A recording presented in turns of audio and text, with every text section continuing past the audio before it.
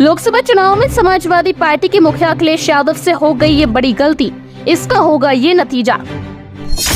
7वें चरण तक आते आते अखिलेश यादव को अपनी गलती का हो गया एहसास और दे डाला ये बड़ा बयान।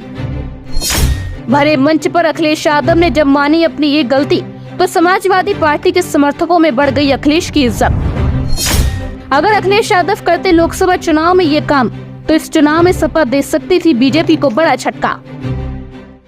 लोकसभा चुनाव अपने अंतिम चरण पर पहुंच गया है।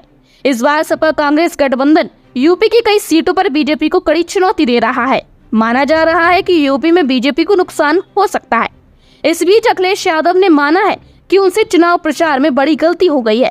उन्होंने कहा है कि वो अपने कार्यकर्ताओं को ठीक से ट्रेनिंग नहीं दे पाए। अखिलेश यादव ने हाल ही में दिए एक इंटरव्यू में बात करते हुए ये माना है कि वो कार्यकर्ताओं को ज्यादा ट्रेनिंग नहीं करवा पाए। उन्होंने कहा कि अगर हम वर्कर्स को ठीक से ट्रेनिंग दे पाते तो हमारी स्थिति और बेहतर हो सकती थी। उन्होंने कहा कि जब आप कार्यकर्ताओं को ट्रेनिंग दे पाते हैं तो आप उन्हें बता पाते हैं कि बूथ पर कैसे काम करना है। आपको राजनीतिक पार्टी का कोई कार्यक्रम हो तो उसमें आपको कैसे व्यवहार करना है। अगर हमने ये कर लिया तो हमें और आराम और मदद मिल जाएगी। सपा अध्यक्ष अखिलेश यादव की जनसभाओं में इस बार भारी संख्या में भीड़ देखने को मिली थी। कई बार तो सपा कार्यकर्ता बैरिकेडिंग तोड़कर मंच तक पहुंच गए थे, जिसकी वजह से जनसभाओं को काफी दिक्कतों का सामना भी करना पड़ा था। एक दो बार तो उन्हें बिना भाषण दिए ही लौटना पड़ा।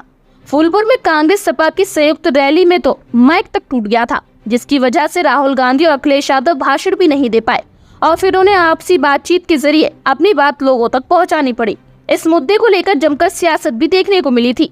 सपा ने जहां प्रशासन पर उचित सुरक्षा नहीं देने का आरोप लगाया था, तो वहीं भारतीय जनता पार्टी ने ये कहकर पलटवार किया कि जो अपनी जनसभा नहीं संभाल सकते वो क्या करेंगे।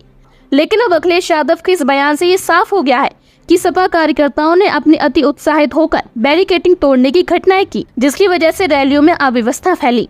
आपको बता दें कि लोकसभा चुनाव अपने अंतिम चरण में है।